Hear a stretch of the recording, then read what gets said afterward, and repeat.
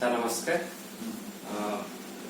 आज आम आलोचना करने जाऊँ प्रथम ओडिशा इकोनॉमिक एसोसिएशन प्रथम एनुअल कॉन्फ्रेंस अटेंड कर जड़े वरिष्ठ प्रोफेसर से आम प्रेसिडेंट होती सहित संपादक पोजिशन भी थे। एसोसिएशन पूरा प्रथम आज पर्यटन सार देखते सहित आलोचना करवा से होती प्रोफेसर भवानी प्रसाद दास रेवेन्सा महाविद्यालय से विश्वविद्यालय हो ना तो सार रेवेन्सा महाविद्यालय कार्यरत थे। तो सेठू सार अध्यापन सार दीर्घ दिन कार्य कर। तो आम एसोसिएशन जो केमी आरंभ है एसोसिएशन जो आरंभ है तार परिस्थिति केमी ता विषय आम संपूर्ण आलोचना करवा। तो सार आप प्रथम कहतु जो ओडिशा इकोनॉमिक एसोसिएशन या आपण प्रथम कॉन्फ्रेंस अटेंड करथिले ता विषय हम किछ कहन। एसोसिएशन रेवेन्सा कॉलेज रे फॉर्म हेतला अर्थात रेवेन्सा कॉलेज अध्यापक बंधु जहाँ ना विशेषकर मन अच्छी जो मैंने आमर भी शिक्षक थे क्षेत्रमोहन पट्टनायक दास वैष्णव परिड़ा वेणुधर मिश्र एभली केतेक अध्यापक से नेतृत्व आलोचना कले इकोनॉमिक्स गोटे एसोसिएशन करवा तत्वावधान से इकोनॉमिक्स अध्यापक मानक विभिन्न कॉलेज अध्यापक मानक विशेषकर सरकारी कॉलेज पत्रालाप कले पत्रालाप करने समस्त पाखु सकारात्मक उत्तर मिलला एवं तापर मोर ठीक मास मन ना मार्च कि एप्रिल हम से एप्रिल मास बेलू रेवेन्सा कॉलेज गोटे सभा डकाला। रेवेन्सा कॉलेज से ऐतिहासिक असेंबली हॉल से असेंबली हॉल रे प्रथम सभा अनुष्ठित होता 1968 मसीह एवं से दिन को धराला एसोसिएशन प्रतिष्ठा दिवस। से दिन सभापतित्व करते दिवंगत डॉक्टर सदाशिव मिश्र मोर पूज्य शिक्षक से दिन उपस्थित थे दिवंगता मोर पूज्य शिक्षक डॉक्टर वैद्यनाथ मिश्र एवं उद्योक्ता जितेक रेवेन्सा कॉलेज से केतेक अध्यापक बंधु विभिन्न कॉलेज आसी मु मोर घनिष्ठ बंधु से अध्यापना करूँ संबलपुर रे गंगाधर महल महाविद्यालय आमे दुई जन से आसला से आलाप आलोचना है एवं स्थिर है सर्वसम्मति क्रमे जे आमे ए एसोसिएशन को रजिस्टर करवा बा पंजीकरण करवा से माने पदक्षेप नेले एवं आउ किछि हेतला आलोचना कौन केमी करवा तार आभिमुख्य कौन हम इत्यादि इत्यादि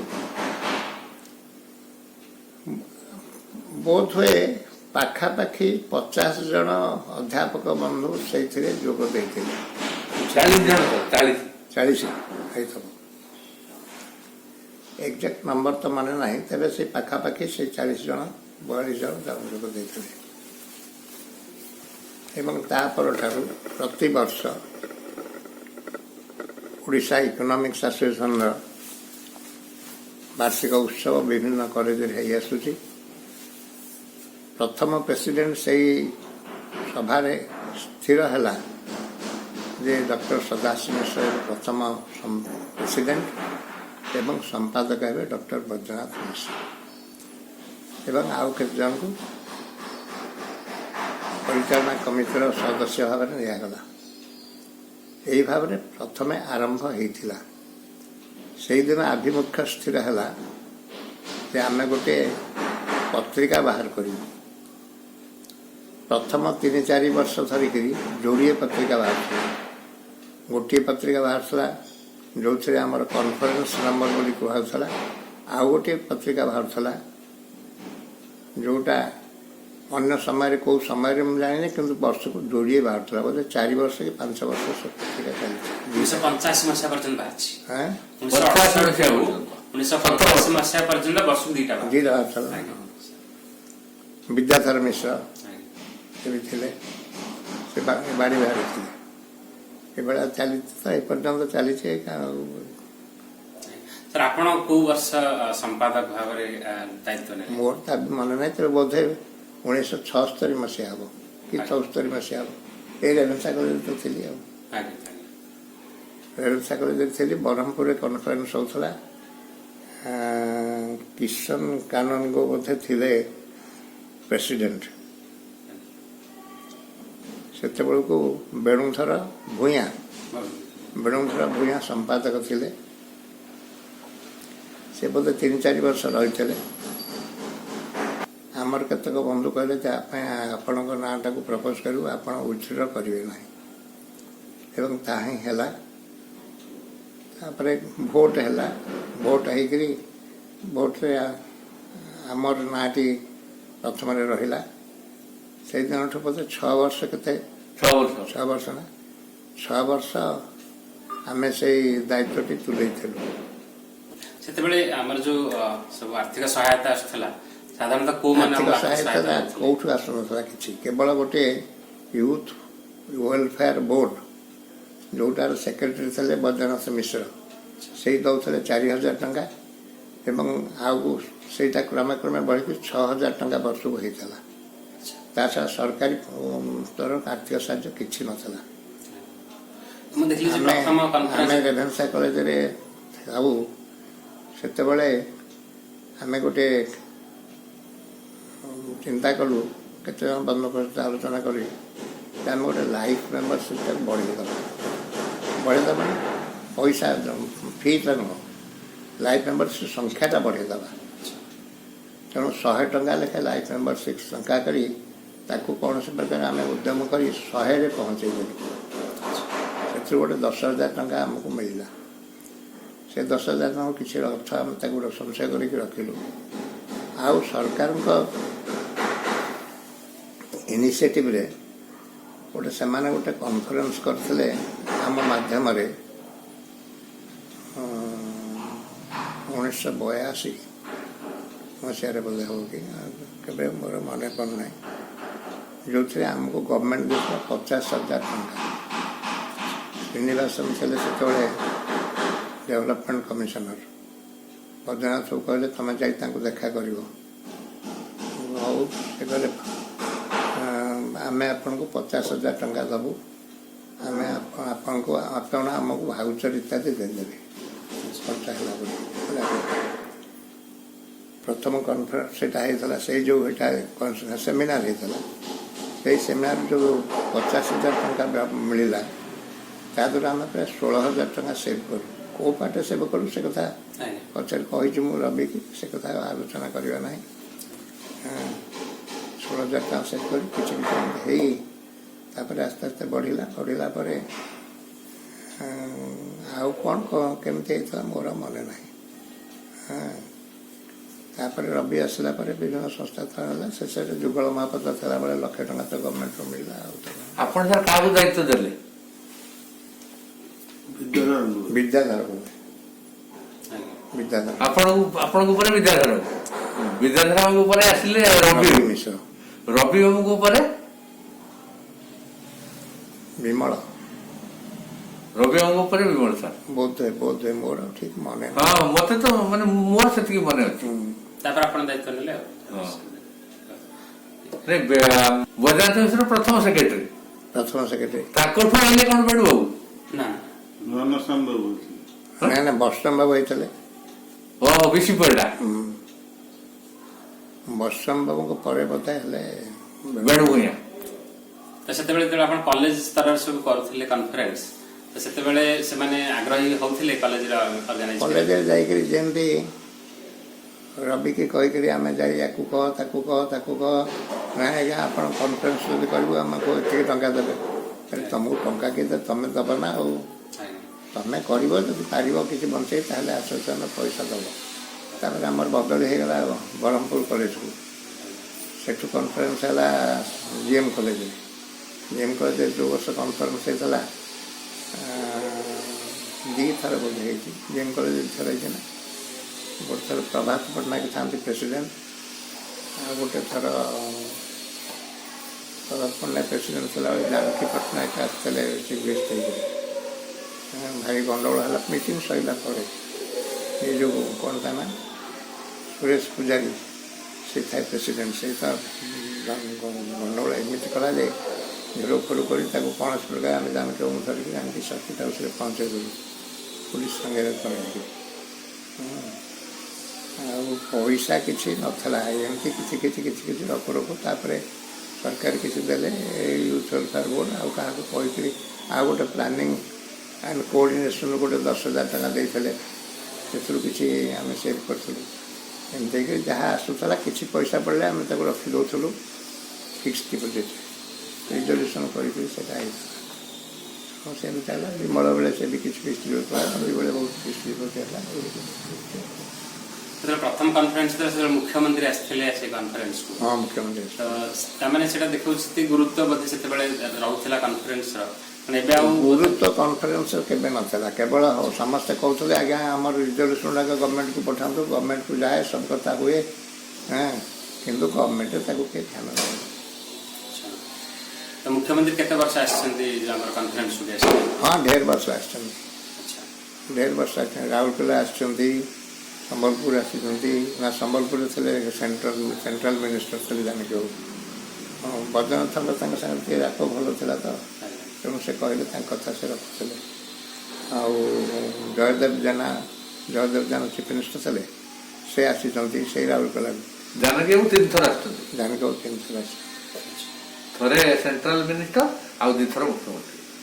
ଧୀରେ ଧୀରେ ଯୋଉ ମୁଖ୍ୟମନ୍ତ୍ରୀ ଆସିବା ବନ୍ଦ ହେଇଗଲା, ତାର ମାନେ କାରଣ କ'ଣ ହେଇଥାଇପାରେ? ଯେତେବେଳେ ଆପଣ ତାର କାରଣ ହେଲା ଗୋଟେ ଥର ଜାନକୀ ବାବୁ କହିଲେ ଆସିବେ ବୋଲିକିରି, କିନ୍ତୁ ସେ ଜାନକୀ ବାବୁ କହିଲେ ସେ ତାହେଲେ ରାଉରକେଲା ବି କ'ଣ ନାଇଁ, ଜାନକୀ ବାବୁ 2 ଥର ଯୋଉ ଆସିଲେ ସେ 2 ଥର ଯାକ ସଞ୍ଜବେଳକୁ ଆସିଲେ। 2 ଥର ଯାକ ସେଇଠୁ ପ୍ରୋଗ୍ରାମଟା ଆମର ଅପସେଟ୍ ହେଇଯାଏ।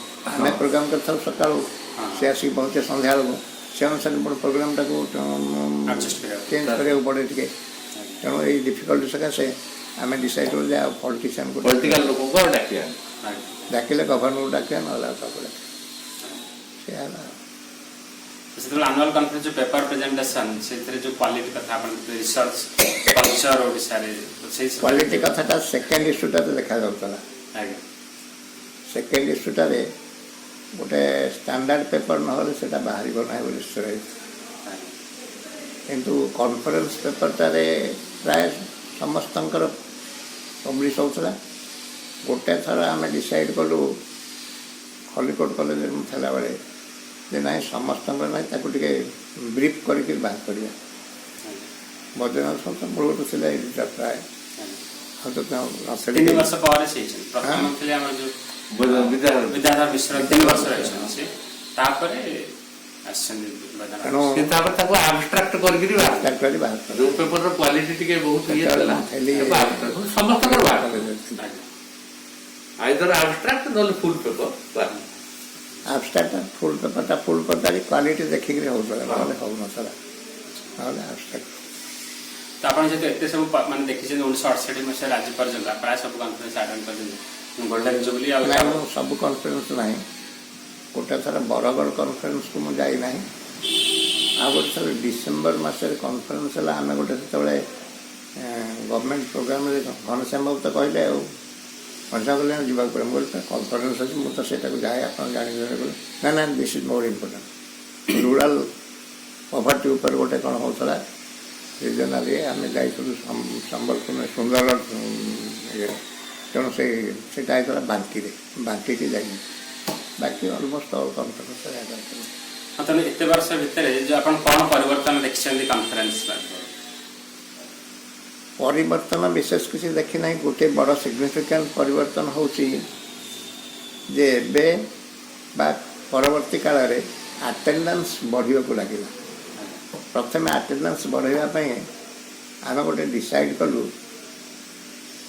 आम सेक्रेटरी थला बेले जे आम वन वे जीवा पैसा कि आसवा पैसा का दबू सब्सिक्वेंटली डिसाइड कि फाइनेंशियल पोजिशन टी बेटर है डिसाइड है जे आम बोथ साइड जीवाटा देवु एक्चुअल फेयर तेणु से आस्ते आस्ते आस्ते आस्ते संख्या बढ़ला बोथ केन्द्रापड़ा कन्फरेन्स को डिसाइड है जे ना आम दबानी गोटे पाख दबा बोथ साइड्स न वन साइड से बढ़ला तापर आम डिसाइड कलु आम दबुनि तेणु एवं तो से बढ़ी चलती किसी असुविधा है परिवर्तन विषय आउ गोटे कथा हूँ आगुरी जो पेपर संख्या यंग पिला माने लिखु नथिले पेपर प्रेजेंट करू नथिले तांकर टिके फियर साइकोसिस रहउथला सेटा आउ रहिला नै आस्ते आस्ते आस्ते से माने पार्टिसिपेट कले डिस्कशन कले सब कथा कले सेटा गोटे चेंज हेछि एटा हेछि ता जो रिसर्च माने कल्चर कथा ओडिसा रा हम देखिबा सेथरा आपण देखुछन कि परिवर्तन हेछि इंप्रूवमेंट हेछि कोन माने 1968 में सारे ओडिसा रा कल्चर कथा माने रिसर्च गवेषणा जो हमर कॉलेज रो अध्यापक मान होंतु आ विश्वविद्यालय स्तर कॉन्फ्रेंस नंबर रो विशेषता पढ़ा पढ़ी करू नाही ने आपण जति वर्ष देखिछन जे देखिबे माने गवेषणा किछ वृद्धि पाइछ केमति हां हां वृद्धि पाइछ बेस वृद्धि हम तो गवेषणा रो जन दक्ष थले डॉक्टर वासुदेव साहू अबजन तो निजे विद्याधर निजे से माने जेतपण तो रही थले सेटा चली थले ठीक आ एबे तो मैंने चले जाते ठीक किसी असुविधा नहीं तो जो एते 50 वर्ष यदि मैं अपन देखिबे एसोसिएशन को 50 वर्ष आनी के एते जो बलिष्ठ करिसंदी से भीतर आपण जदि किसी लोक ना नेबे से माने को मानक ना आपण नेबे जो जमन अति गुरुत्वपूर्ण भूमिका नैचन एसोसिएशन को आज एते गोटे हो जदि बर्जनाथ मिश्र एक नंबर रे 2 नंबर बेणुधर मिश्र वैष्णव परिड़ा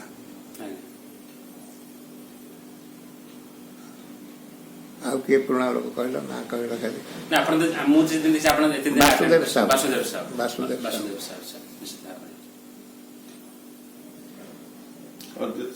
अद्वैत महांती अद्वैत बस तो सार्थ तक निज नाटक नहीं सार कहबे से दिन कहै सार त एते माने से दिन कहले जे सार जे तो प्रथम रो माने रहि छन एसोसिएशन ने तो जन करी निश्चित भाव सार हमर कथा कोन गोटे इन्वॉल्वमेंट है पर्सनल इन्वॉल्वमेंट है गला जो कॉन्फ्रेंस हम आगुरी दिथर जाकि कॉन्फ्रेंस जगह फेरिक आसक पड़ो साथ आलोचना कर सुविधा कौन असुविधा कौन कौन हो कौन ना सबुटे बाहर नाला जो स्मरणिका गोटे गोटे बाहर स्मरणिका बाहर नाला से बाहर कहला तेणु दिथर जा पड़ा रवि बेले भी रवि जदि भी ना करे मत इनसिस्ट कर सार चलतु जा बजनाथ थे जाऊे किसी सब्सिक्वेंटली बजनाथ कहले तुम तो भगवान जाऊँ मु कहीं जी मुझे बोले बजनाथ भी कन्फरेन्स आगुरी थे जाऊे थे मुझे जाऊली दिथर जाऊली से थे जाऊली जाऊँ एमती तो चली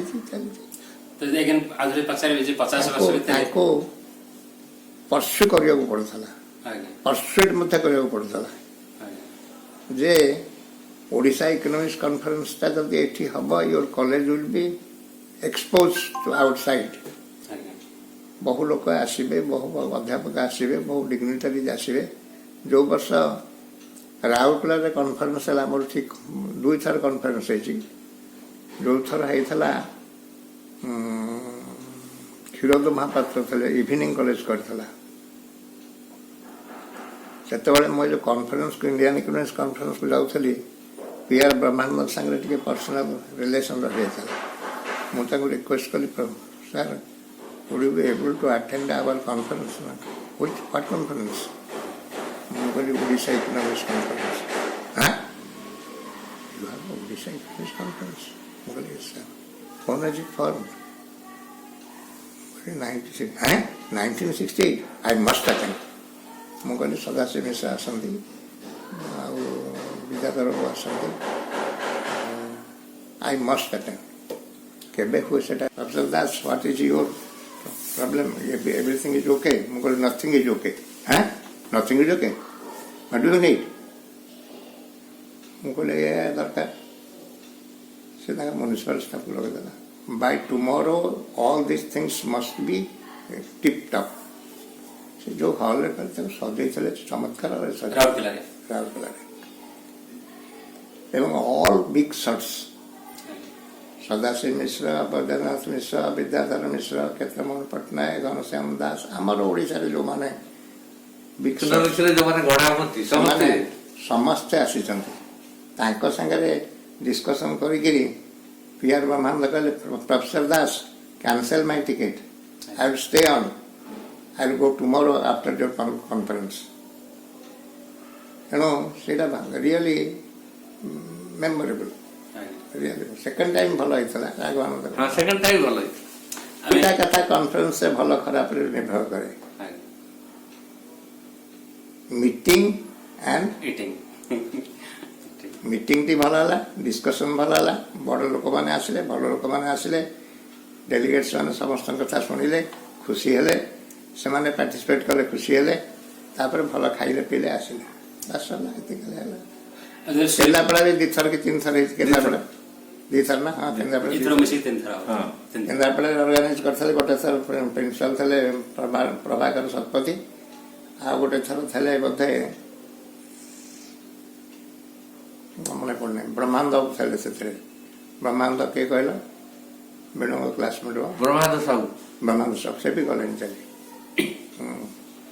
ସେ ଯେତେବେଳେ ସିଲଭର ଜୁବଲି ଯେତେବେଳେ ପାଳନ ହେଲା ତା ବିଷୟରେ କୁହନ୍ତୁ। କୋଉଟା? ସିଲଭର ଜୁବଲି ରୌପ୍ୟ ଜୟନ୍ତୀ ଯେତେବେଳେ ପାଳନ ହେଲା ରେଭେନ୍ସା କଲେଜରେ 25 ବର୍ଷ ଯେତେବେଳେ ପାଳନ ହେଲା, ସେତେବେଳକୁ ଆପଣଙ୍କର କ'ଣ ସ୍ମୃତି ଅଛି? ସେତେବେଳକୁ ମାନେ ଆସୋସିଏସନ ମୁଁ କ'ଣ ଥିଲି ସେତେବେଳେ? ବିଜୁ ପଟ୍ଟନାୟକ ହେଇନଥିଲେ ପ୍ରେସିଡେଣ୍ଟ, ଆଉ ବିଜୁ ପଟ୍ଟନାୟକ ଗେଷ୍ଟ, ଘନଶ୍ୟାମ ବାବୁ ହେଉଛନ୍ତି ପ୍ରେସିଡେଣ୍ଟ। ସେତେବେଳକୁ ସେକ୍ରେଟାରୀ କିଏ ଥିଲେ? ଘନଶ୍ୟାମ ବାବୁ ହେଉଛନ୍ତି ପ୍ରେସିଡେଣ୍ଟ। ଯଦି ଠିକ୍ ଅଛି ସବୁ ଠିକ୍। କେଉଁ କନଫରେନ୍ସ ଗୋଟେ ଆମର ଯାଇଥିଲେ ଅଧଘଣ୍ଟା ପାଇଁ କି 15 ମିନିଟ୍ ପାଇଁ କି ଚିଫ୍ ଗେଷ୍ଟ ଆସିଥିଲେ। ପ୍ରେସିଡେଣ୍ଟ ଥିଲେ ସୁରେନ୍ଦ୍ର ମିଶ୍ର। ସୁରେନ୍ଦ୍ର ମିଶ୍ର ଥିଲେ। ସୁରେନ୍ଦ୍ର ମିଶ୍ର ସେ ପାର୍ଟି କଲେ ବିଜୁ ପଟ୍ଟନାୟକ ଟକିଂ ଟ୍ରାସ୍ କି ବିଜୁ ପଟ୍ଟନାୟକ କହିଲେ? ଆଚ୍ଛା। ତେଣୁ କାହିଁକି ଏମିତି ମାନେ ତାଙ୍କର ମାନେ କିଛି ତାଙ୍କର ପସନ୍ଦ ହେଲାନି ଏତେ ଲମ୍ବା ଭାଷଣ। ମାନେ ସେ ଲମ୍ବା ଭାଷଣ ଏବଂ କଣ୍ଟେଣ୍ଟ ଭଲ ନଥିଲା। ଡେଲିଭର ସେ ଲୋକଟା ଇଣ୍ଟେଲେକ୍ଚୁଆଲ ଲୋକ। ଆମେ ସିନା କହୁ ସେ ରାଜନୀତି। ମୋର ମନେ ଅଛି ଖଲିକୋଟ କଲେଜକୁ ଥରେ ବିଜୁ ପଟ୍ଟନାୟକ ଯାଇଥିଲେ। ନେଭର ଟକ୍ ଦ ପଲିଟିକ୍ସ, କିନ୍ତୁ went on speaking for 1 hour pin drop silence. Economics ଉପରେ ସେ ଗୋଟେ ଆଇଡ଼ିଆ ଅଛି, ଯେ ଭିଜନାରୀ, ସେଭଳିଆ ଭିଜନାରୀ ଚିଫ୍ ମିନିଷ୍ଟର କେହି ନାହାନ୍ତି। ଆମେ ଯେଉଁ ଚିଫ୍ ମିନିଷ୍ଟର କଥା ଏବେ ଦେଖୁଛେ ସେ ତାଙ୍କ ପାସାଙ୍ଗରେ ପଡ଼ିବେନି। ସେତେବେଳେ ଆସୋସିଏସନ ଗ୍ରୋଥ କେତେ ହେଇଥିଲା? ମାନେ ତାର ଆମେ ଯଦି ଦେଖିବା ମାନେ ଆକାର ଯଦି ନିର୍ଭର କରେ ମେମ୍ବରସିପ୍ ଉପରେ, ଇଟ୍ ୱାଜ୍ ଲିମିଟେଡ୍ ଟୁ 100-150। 110 ତ ଆମର ଥିଲାବେଳେ ହେଇଥିଲା 110 ଆଉ। ତାପରେ ରବି ବେଳେ ବଢ଼ିଲା, ଏବେ ବୋଧେ 300 ହେଇଯାଇଛି ନା କେତେ? ଆମର ଏବେ 700 ପାଖାପାଖି ପହଞ୍ଚିସାରିଲାଣି। Very good. Almost 700 reaching. Institutional ମେମ୍ବରସିପ୍ଟା ନଥିଲା, ସେଟା ଆମ ବେଳେ। ସେଇ 3 ଜଣ ତ ଯାହା ହେଇଛନ୍ତି, ଆଉ ତ ହଉନାହାନ୍ତି କି।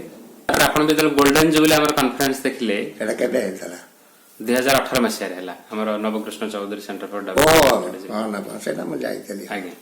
ତ ସେତେବେଳକୁ ଆପଣ ଯୋଉ କଳେବର ଦେଖିଲେ ଆସୋସିଏସନର, ସେଇ ତା ଭିତରେ ଆଉ କିଛି କୁହନ୍ତୁ। ମାନେ ପ୍ରଥମ ତାପରେ ସିଲଭର ଜୁବଲି ବାଧ୍ୟବାଧକତାରେ ହେଇଥିଲା। ଆଜ୍ଞା। କେହି କଲେ ନାହିଁ ବୋଲିକିରି। ଆଜ୍ଞା। ବୈଦ୍ୟନାଥ ବାବୁ ଯେହେତୁ ସେଇଠି ଥିଲେ ଏବଂ ତାଙ୍କ କଥା ସମସ୍ତେ ଶୁଣୁଥିଲେ, ସେ ତାଙ୍କୁ ଡାକିକି କହିଲେ, ନହେଲେ ଗୋଲ୍ଡେନ ଜୁବଲିଟା ଆମେ ଚାହୁଁଥିଲୁ ରେଭେନ୍ସା କଲେଜରେ କରିବା ପାଇଁ।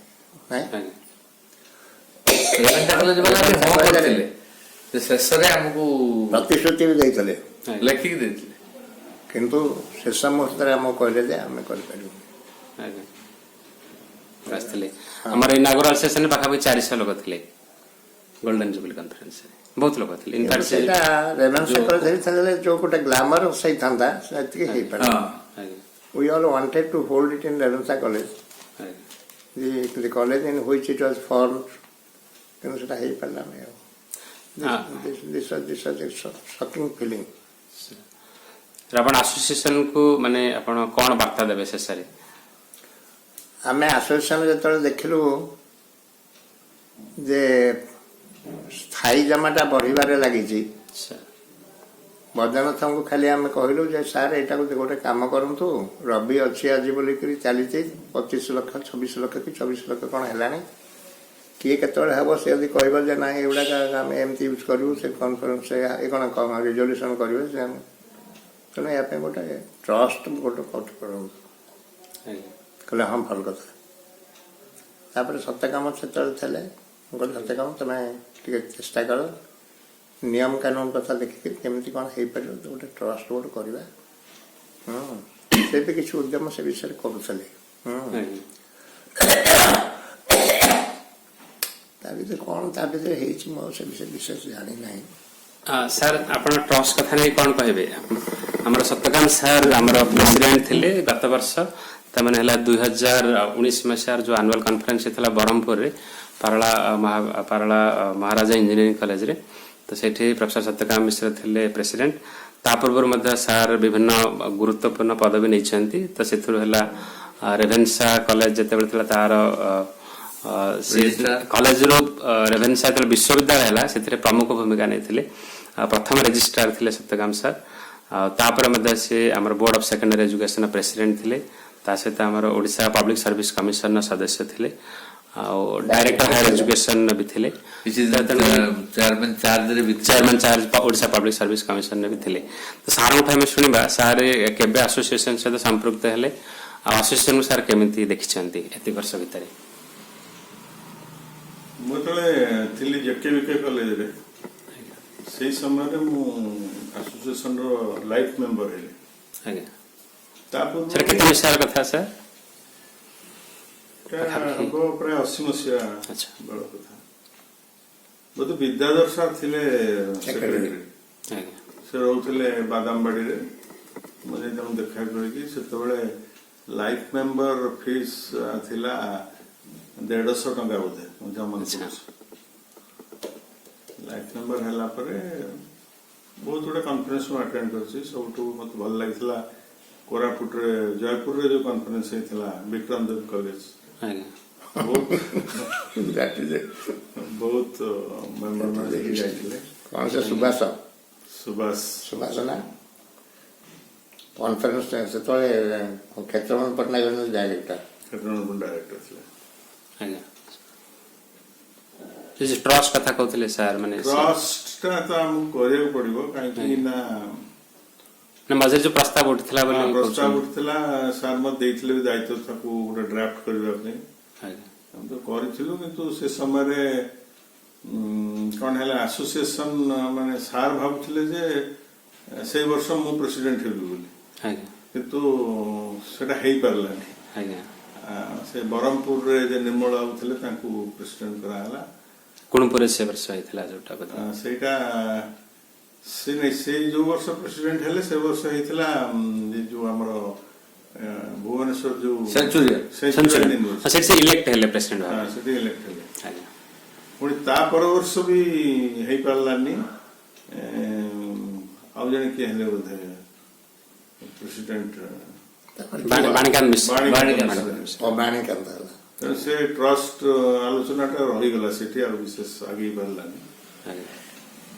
ଏବେ ଯାହା ଚିନ୍ତା କରାଯାଉଛି ସେଟା ନିଶ୍ଚିତ କରିବା।